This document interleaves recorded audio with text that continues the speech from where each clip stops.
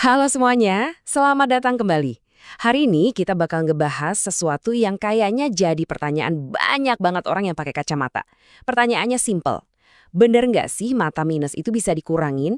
Atau paling nggak dikelola pakai cara-cara alami yang aman dan terbukti secara ilmiah? Yuk kita bedah bareng-bareng buktinya. Nah, ini dia pertanyaannya. Buat kita-kita yang setiap hari bergantung sama kacamata atau kontak lensa, pasti pernah kan kepikiran, ada nggak ya cara lain selain ganti kacamata terus yang lensanya makin tebal? Nah, inilah yang akan kita telusuri hari ini. Coba deh, lihat angka ini.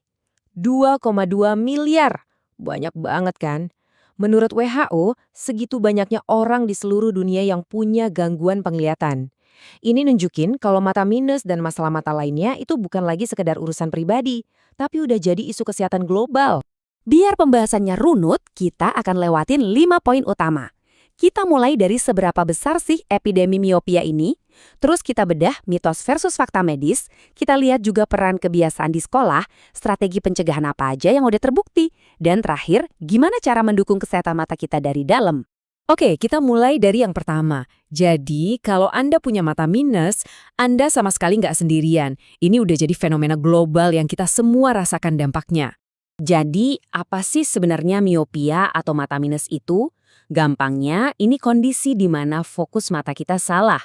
Cahaya jatuhnya di depan retina, bukan pas di retina.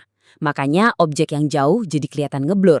Dan yang menarik, sumber-sumber ilmiah yang kita review menekankan, meskipun genetik ada perannya, gaya hidup modern kita, kayak mantengin layar berjam-jam, itu jadi pendorong utamanya. Nah, sekarang kita masuk ke bagian yang super penting. Yuk kita pisahin mana yang mitos dan mana yang fakta. Di luar sana kan banyak banget yang info simpang siur, jadi kita harus tahu mana yang beneran terbukti secara medis dan mana yang cuma harapan palsu. Oke, mari kita luruskan ekspektasi kita. Metode alami itu bukan sulap yang bisa nyembuhin minus dalam semalam. Enggak. Tujuannya adalah untuk memperlambat laju pertambahannya. Oh ya, dan ingat, kacamata itu bukan musuh. Justru mereka itu alat bantu penting biar mata kita nggak kerja terlalu keras. Jadi jangan takut pakai kacamata ya. Oke, setelah ekspektasi kita realistis, sekarang saatnya kita lihat bukti konkretnya. Ada sebuah penelitian ilmiah yang skalanya besar banget dan ini ngasih pencerahan soal gimana kebiasaan-kebiasaan simpel di sekolah ternyata bisa bikin perbedaan yang luar biasa. Kita bakal merujuk ke sebuah studi yang dipublikasikan di jurnal BMC Public Health tahun 2023. Studi ini nggak main-main loh, karena mereka menganalisis lebih dari 8.000 siswa di Shanghai. Skala sebesar ini ngasih kita bukti yang sangat-sangat kuat. Dan hasilnya, wah ini keren banget. Cuma dengan menerapkan waktu istirahat di luar ruangan secara benar dan konsisten, resiko anak-anak kena miopia itu turun sampai 20%. Sebuah intervensi yang kelihatannya sepele tapi dampaknya signifikan banget. Tapi ternyata nggak berhenti di situ. Studi ini juga nemuin kalau hal-hal yang sering kita anggap remeh, kayak postur duduk yang benar waktu baca atau nulis, dan tinggi meja yang sesuai sama badan anak, itu ternyata punya efek perlindungan yang kuat. Intinya, ini semua soal menciptakan lingkungan visual yang sehat untuk mata kita. Nah, ngomongin soal kebiasaan simpel, ini dia salah satu yang paling praktis dan bisa langsung kita coba sekarang juga. Namanya aturan 20-20-20. Caranya gampang. Setiap 20 menit kerja di depan layar, coba deh istirahat sebentar. Lihat objek yang jaraknya sekitar 6 meter selama 20 detik. Ini cara gampang buat ngasih mata kita jeda untuk rileks. Oke, dari satu studi besar tadi, sekarang kita coba perluas pandangan kita. Kita lihat analisis skala global yang ngebandingin berbagai macam strategi pencegahan buat tahu mana sih yang paling efektif. Kali ini kita merujuk pada meta-analisis dari Journal of Clinical Medicine. Kenapa ini penting? Karena analisis ini mengumpulkan data dari 19 penelitian berbeda yang totalnya melibatkan lebih dari 14.000 anak. Jadi ini kayak ringkasan super dari banyak penelitian. Coba lihat tabel ini. Ini menarik banget. Walaupun terapi medis kayak sinar merah atau obat tetes atropin punya efektivitas paling tinggi, lihat deh. Aktivitas di luar ruangan, sesuatu yang alami dan bisa dilakukan siapa saja, terbukti punya manfaat moderat yang nyata. Ini konfirmasi penting bahwa cara-cara alami itu beneran ada dasarnya.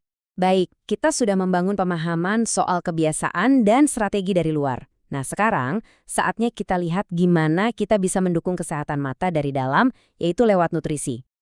Ini dia kuncinya, pendekatan holistik. Kebiasaan baik dari luar itu penting banget, tapi harus didukung juga sama asupan nutrisi yang tepat dari dalam. Keduanya harus jalan bareng. Jadi, gimana nutrisi bisa bantu? Salah satu caranya adalah lewat antioksidan. Anggap aja antioksidan ini kayak pasukan pelindung buat sel-sel di retina mata kita dari kerusakan.